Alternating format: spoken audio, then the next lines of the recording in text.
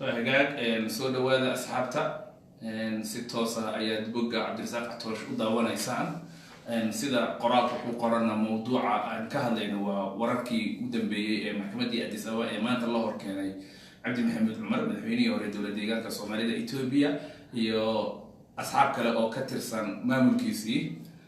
dadku mahadsantihiin sida aad tooska ugu tahantihiin boggayga horeyna waa anigu u sii shaaciyay oo wargelin ahaan u soo dhigay bogga Cabdirasaaq Catoosh inaan mawduuca ka hadli doono inta aan ogahay iyo wixii maanta dhacay maxkamadda Addis Ababa ka dhacay ayaan idin la wadaagayaa dabcan sidii loo balansanaaba horey markii la qabtay madaxweynihii hore dowladda deegaanka iyo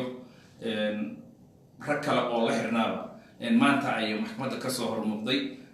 maantana waxay ahayd racfaankii uu qaatay Cabdi Maxamed Cumar iyo dadkii kale ee la xirnaa ee ku saabsanaa in damaanad ahaan lagu soo daayo isagoo banaanka joogana dacwadiisa ay socoto ayaa maanta la dhageysanayay marka hore waxaan jeclahay horta dadka lala keenay Cabdi Maxamed Cumar maxkamadda maanta inaan idin sheego Cabdi Maxamed Cumar oo qofka koowaad ahaa oo ahaa madaxweynihii hore dowladda deegaanka Cabdirasaaq Saxane oo ahaa xafiiskii qurba joogta madaxka ahaa horeyna xilal kala duwan uga soo qabtay dowladda deegaanka sida isagoo mar noqday mayorkii magaalada Jigjiga Raxme Maxamuud Haybe oo iyadana ahayd wasiirkii haweenka muddo badanna ku jirtay xisbiga dowladda deegaanka ee shacabka Soomaalida Itoobiya la yiraahdo iyo waliba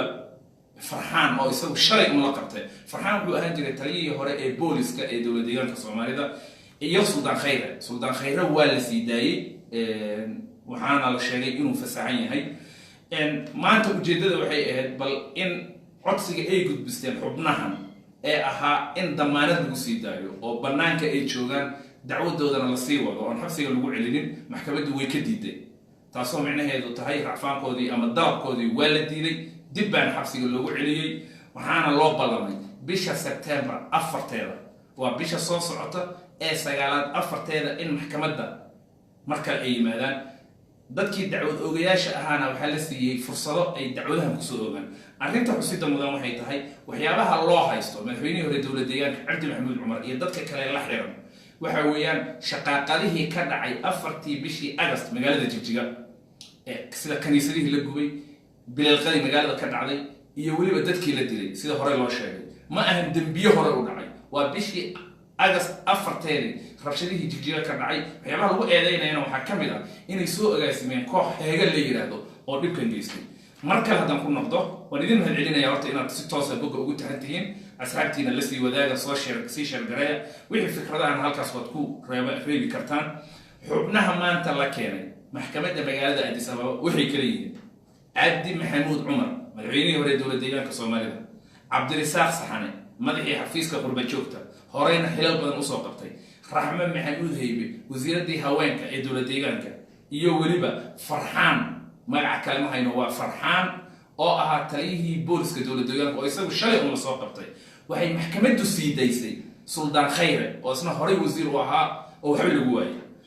ujeedada maanta maxkamadda dhageysigeeda waxay ahayd in damaanadii ay soo gudbisteen ama codsigii ahaa Cabdi Maxamed Cumar iyo dadka kale ay soo gudbisteen in damaanad lagu sii daayo oo xabsiga lagu celinin oo iyagoo banaanka jooga dacwadooda la baaro oo ay socoto waa laga diiday taasoo macnaheedu markii dambe noqotay in xabsiga dib loogu celiyo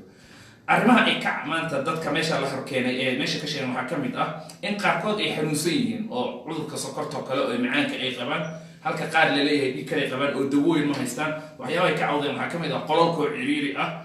qof goob jooga ah ayaa ii xaqiijiyay arrimahaas oo dhan inay cabasho ahaan u soo gudbiyeen waxaana meesha looga sheegay in xabsiga ay ku noqonayaan wixii dawo iyo rabitaankooda aan xabsiga lagu siin doono